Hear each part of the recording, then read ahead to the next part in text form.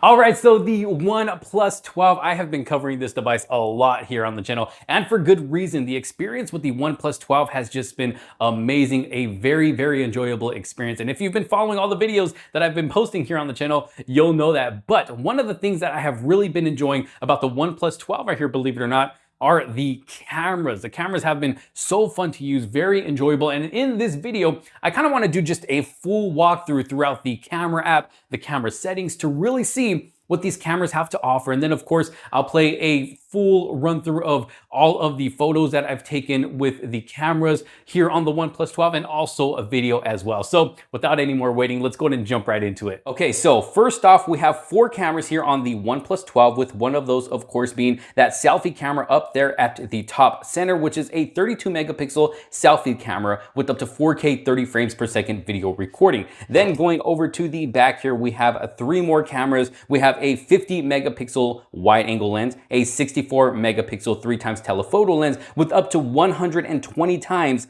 digital zoom, which I do have picture samples for that as well, and then a 48 megapixel ultra wide angle lens. Now we do also have the ability to record up to 8K video at 24 frames per second and 4K video at 30 frames and 60 frames per second, which I actually have dedicated videos for both of those video recording modes. And I'll have a whole playlist of OnePlus 12 videos in the description below of this video in case you want to check out any others. But let's go ahead and go into the device here, and let's go into the camera app. And of course, this is what we are going to be greeted with opening up this camera app here. Starting up here at the top, of course, pretty self-explanatory. We have the flash. You can have it off, you can turn it on, you can have it on auto or always on. Me personally, I always have the flash off unless I absolutely need to use it. But for the most part, I'm using night mode. In my opinion, the pictures just come out more natural when using that night mode, and it doesn't look like it has a super bright flash, on the picture you're trying to take. That is just me. And then of course, over here to the right of that is EV, which is exposure setting. Now you do not have to, this gives you that option to adjust the exposure without having to go into the pro picture mode, which is nice. So if your scenery is too bright, I mean, you can always, dim it down a little bit, lower that exposure, or bring it up more if you would like. So to the right of that, we have an action mode.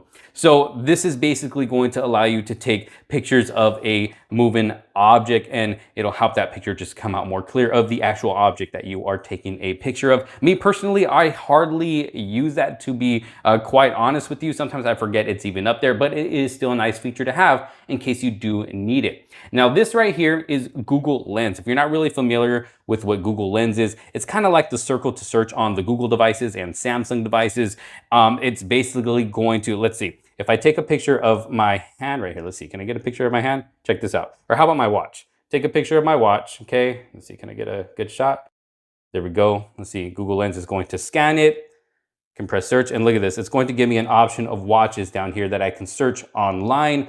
Now, I don't think it got a clear enough picture of my watch there, but it's, it's giving me options of different things I can look up online of the watch itself. Or let's say I want to, scan my unboxing knife right here, and it might give me options of different knives. Let's see.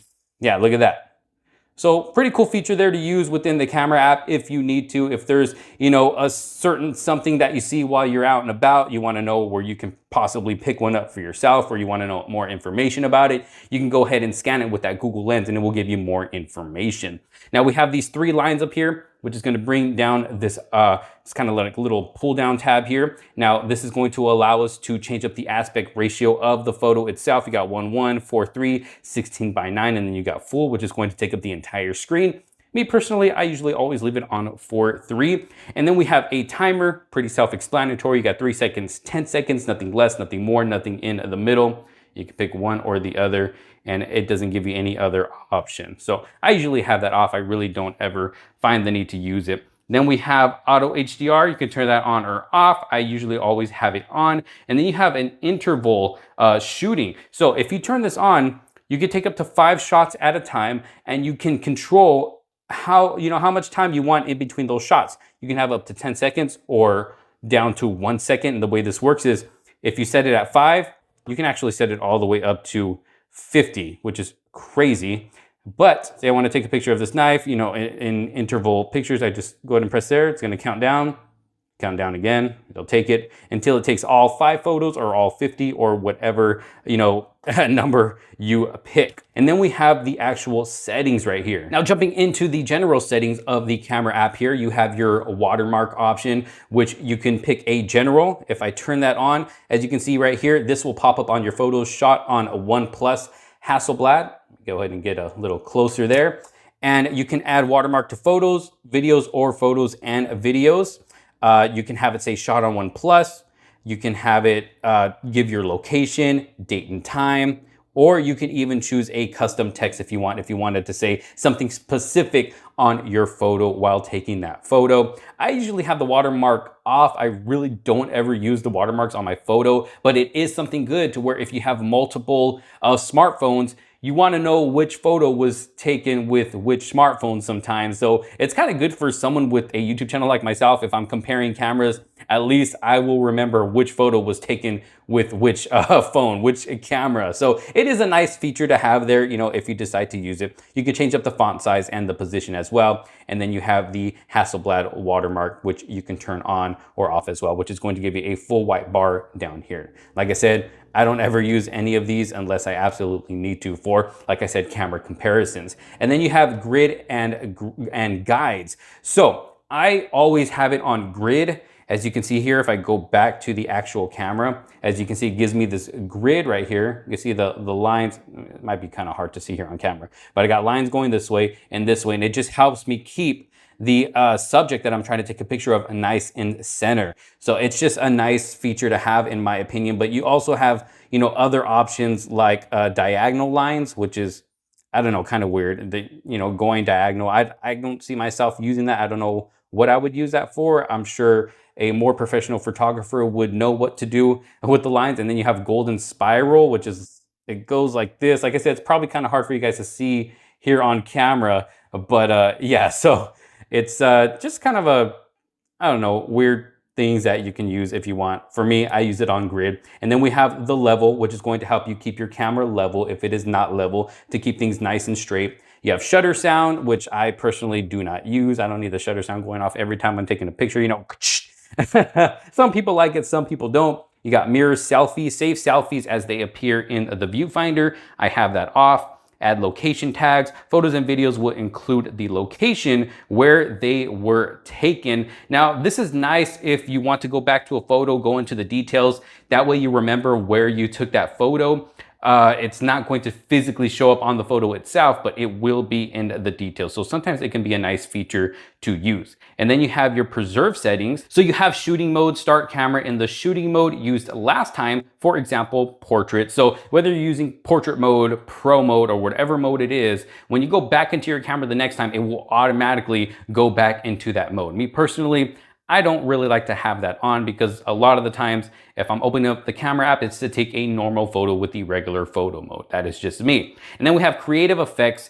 Keep the retouch filters, makeup, and blur effects applied last time. You can turn that on or off. Exposure settings, turn that on or off. Keep the exposure setting used last time. This setting applies to the front and rear cameras in photo mode. You have pro settings. Keep the master and movie mode settings used last time, including exposure, log, histogram, and focus peaking. Now these I never really touched to begin with, to be honest. I never really, you know, mess with the exposure setting unless I absolutely have to, but for the most part, I'm not touching that. I'm not really touching the creative effects or using pro mode because honestly, for me, I mean, we'll go into pro mode, we'll still go through it and look at it here in this video, but I'm not a professional photographer. I really don't know how to use that the proper way. And then we have auto macro, keep the auto macro setting used last time. And then going down here, we have our shooting methods.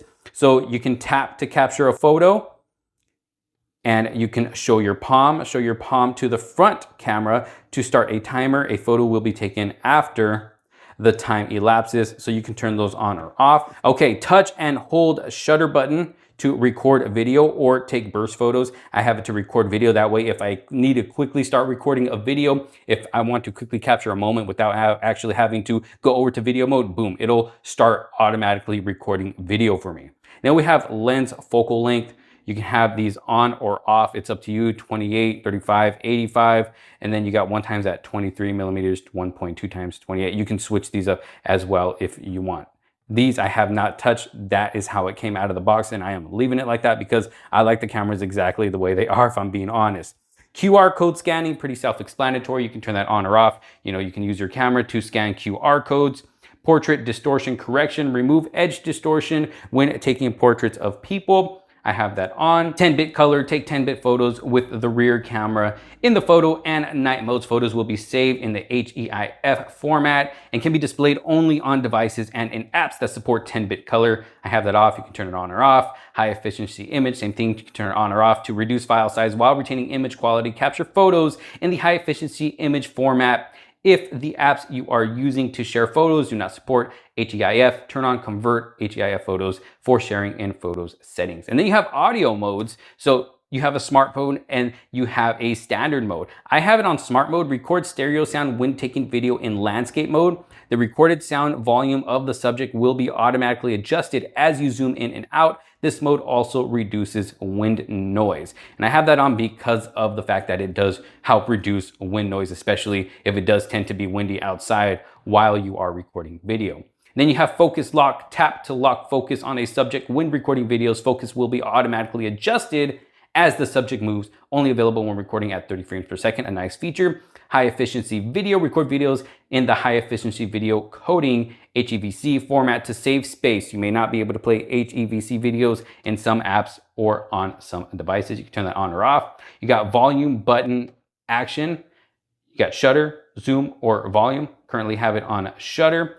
Quick launch, double press either volume button to launch the camera when the screen is off. Say your phone is off. If I want to quick launch the camera, double press the volume button, boom, straight into the camera. So nice little feature there if you want to jump right in without actually having to, you know, open the device and then go into your camera app. Okay, let's go back down here. And then we also have show dirty lens warning. Very nice feature. If you forget to clean your lens before taking a photo, it'll give you a little warning like, hey, clean your lens if you want the best picture possible. And then you can restore to defaults, about camera, and then you got your privacy settings as well. Now going down to the bottom of the camera app right here, as you can see, we get these little orange little orange options right here. One of them is a flower, and what that is basically like a scene optimizer. You can turn that on or you can turn that off. Basically, it's going to optimize the cameras to better adapt to the scenery that you're trying to take a picture of. So if I want to, let me go ahead and put this here, use it as an example again. If I turn it on, this is what it's gonna look like. If I turn it off, as you can see, it does change it up a little bit.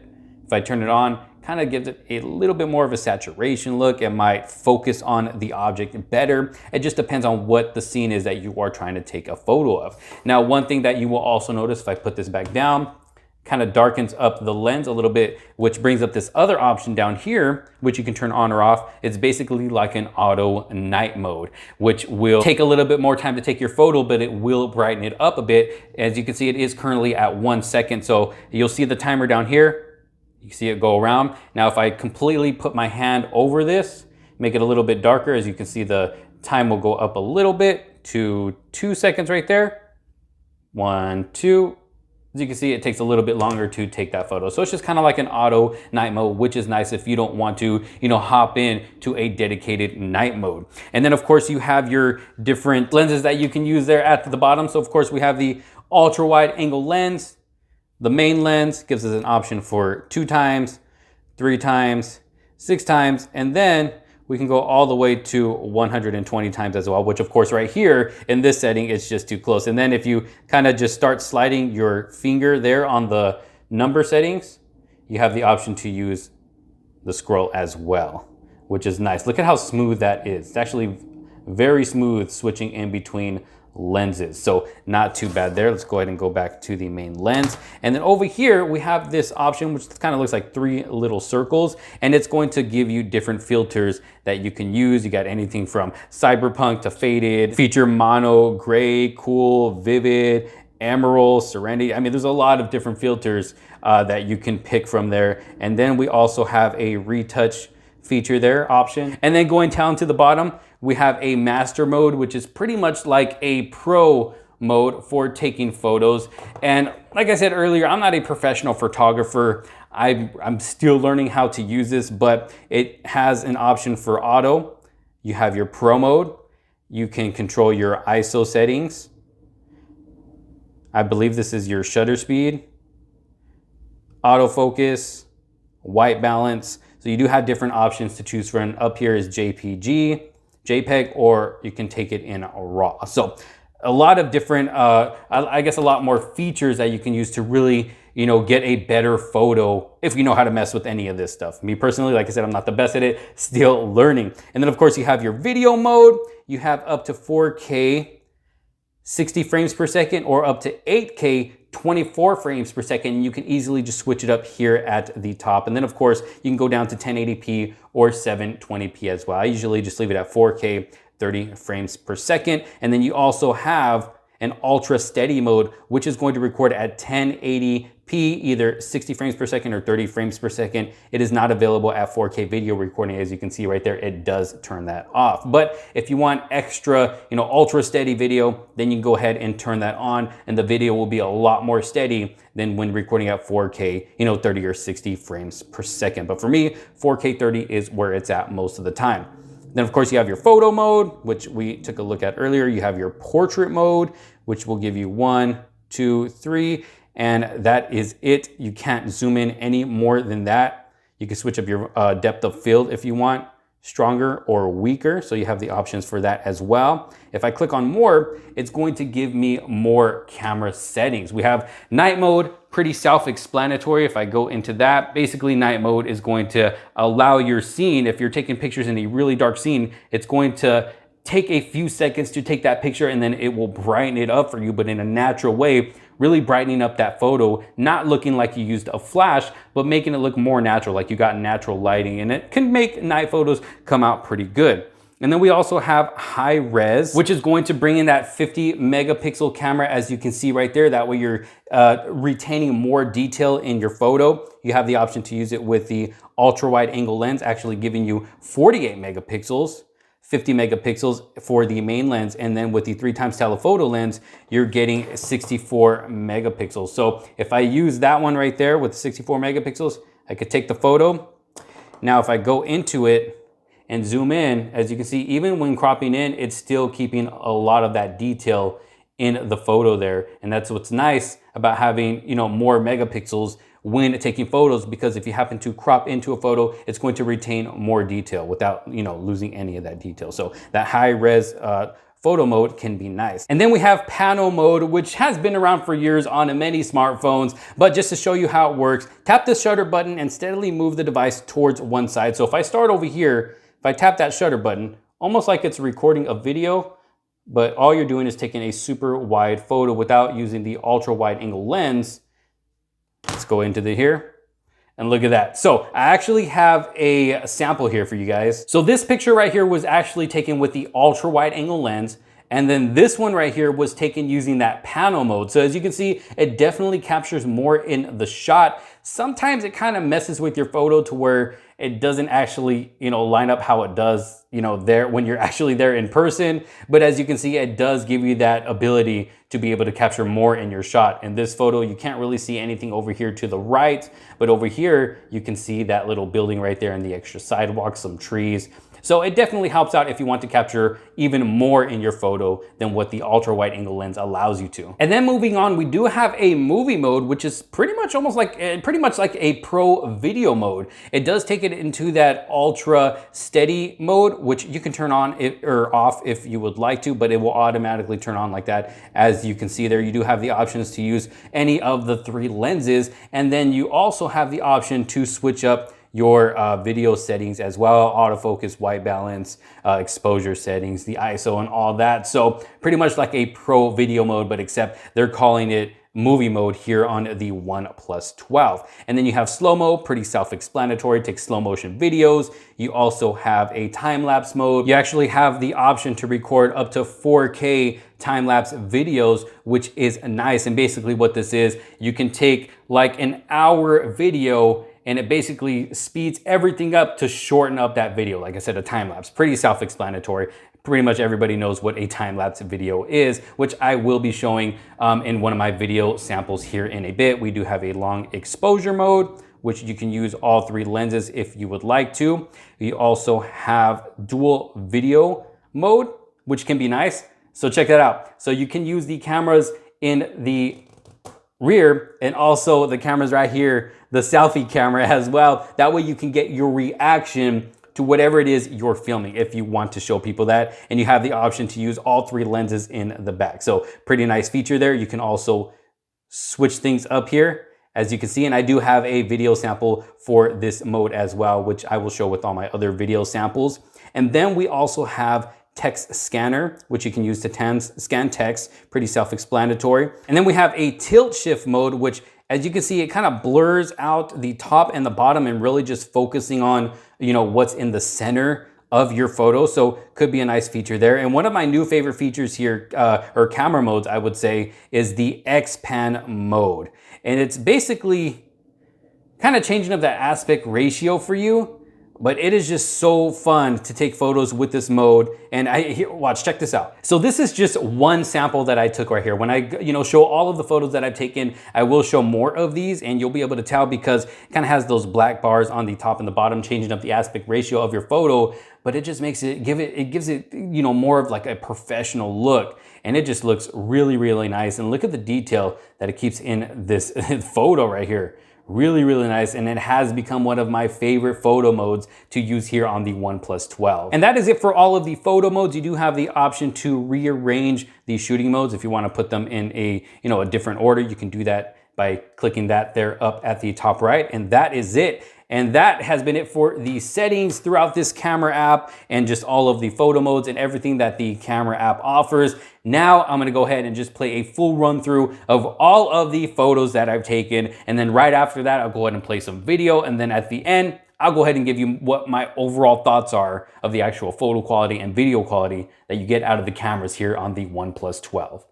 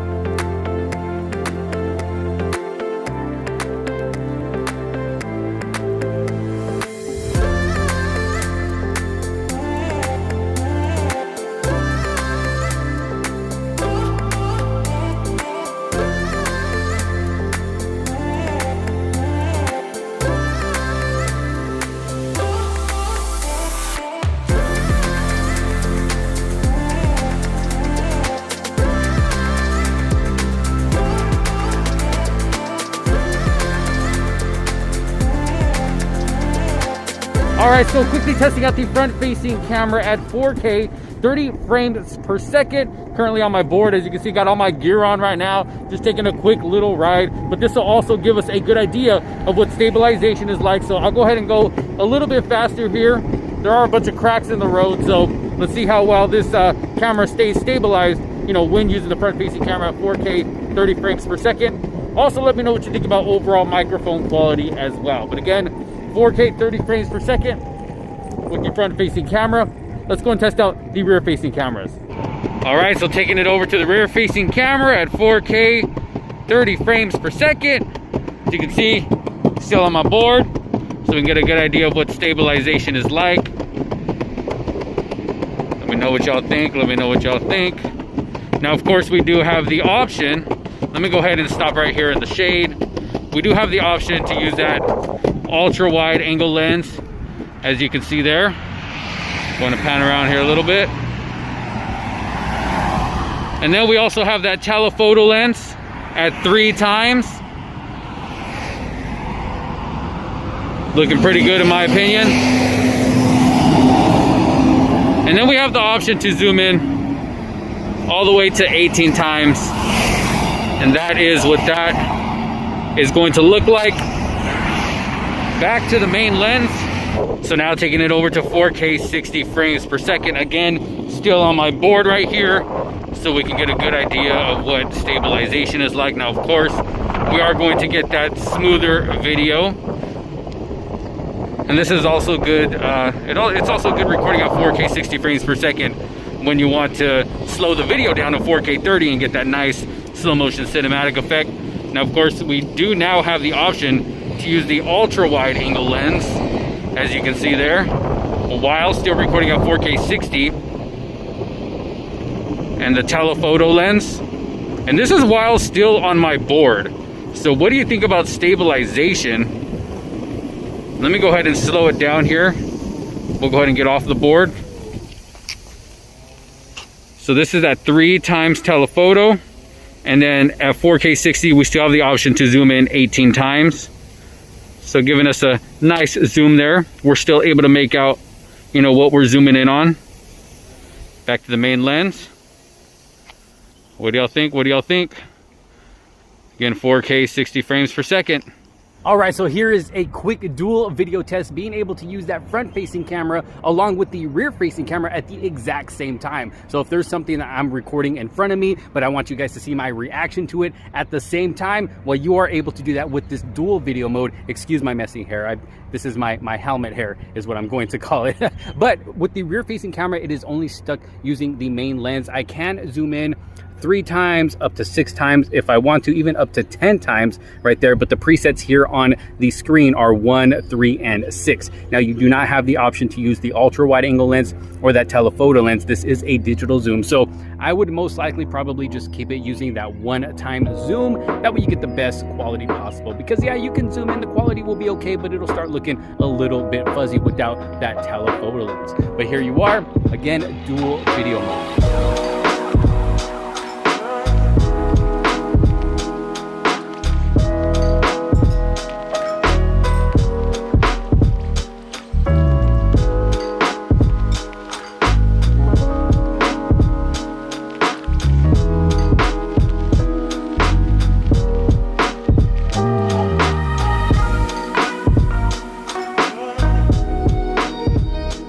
All right, so I have made my way into the night, as you can see here with my messy hairdo, but here in the usual spot, Palm Desert, California, the beautiful El Paseo, and the weather is absolutely beautiful tonight. It is nice and cool. It's not too cold. It's not hot either. It's not even close to being hot. It's an absolutely beautiful night. But as you can see, I'm here in more of a darker area. I do have some lights behind me, a little bit of lights around me, but this is more of the darker area of this street right here. So what do y'all think? Let me know down in the comments. 4K 30 frames per second. Let me go and walk this way. Let's check out stabilization. As you can see, the video could seem a bit jittery when walking, and I say this in pretty much, I mean, I don't know how long I've been doing these 4K video tests, and it always seems like when recording night video, no matter what smartphone I'm using, video can always be a bit jittery if I happen to be walking too fast, running, but I don't know. Let me know what you guys think down in the comments. But I am walking over here to where there's a little bit more light, actually a lot more light. Still dark outside though. Let's see if this kind of helps the picture quality. Ooh, look at my hair. It is not looking good at all right now. It's like poof, poofy. But look at what's behind me right here. Whoa, it's super overblown. But the Gucci store, well, the Gucci sign, I should say. Oh, you can't even see what's on the sign right there, but definitely giving me a lot of light right here. So let's go ahead and let's do a quick jog real quick, just to see what stabilization is like at night when jogging using the front-facing camera. And this is all handheld again, just in case y'all are wondering. There we go. I'm gonna walk out to the street. We'll pan around one more time and then switch it up to the rear-facing cameras. There it is. What do y'all think? Let's go and switch it up to the rear-facing camera. Okay, now taking it over to the rear-facing camera at 4K, 30 frames per second. Just taking a nice still shot here before we start moving around. Go ahead and pan around a little bit here. We got some palm trees over here to my left, some palm trees over here to my right. Let's go and test out the zoom real quick. So I'm gonna zoom up at that store up there. Let's see, we can go all the way to 18 times zoom. There we are. Well, we can actually still see the words pretty clearly. And then we also have the option for the ultra wide angle lens, as you can see right there. And we can go ahead and start walking. Let's go and take it back to the main lens. There we go. Just go ahead and do a nice steady walk here. Check out stabilization. Again, 4K 30 frames per second. Now I am using both hands to hold the phone. I'm trying to hold it as steady as possible. Let's go and do a nice jog here.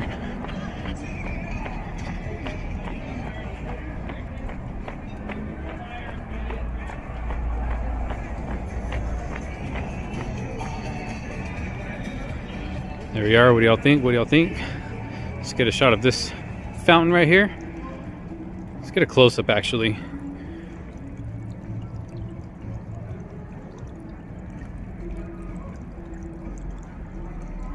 The gardens. And boom, just like that, we are at 4K 60 frames per second, of course. Again, just like during the daytime, we're still gonna get that smoother video. Actually looking pretty good right here against this tree. Let's keep it walking, let's keep it going. Check out stabilization. Definitely a lot smoother than 4K 30. I think it does look better than when recording at 4K 30. And you know, one thing I noticed is that when recording at 4K 60 at night with a lot of smartphones, it definitely dims the picture a lot more than when recording at 4K 30. But it seems the OnePlus 12 right here is actually doing a pretty good job at keeping the scene, you know, nice and bright enough to where you can actually see what you're recording. So it's actually not too bad. Let's go ahead and go into a jog here.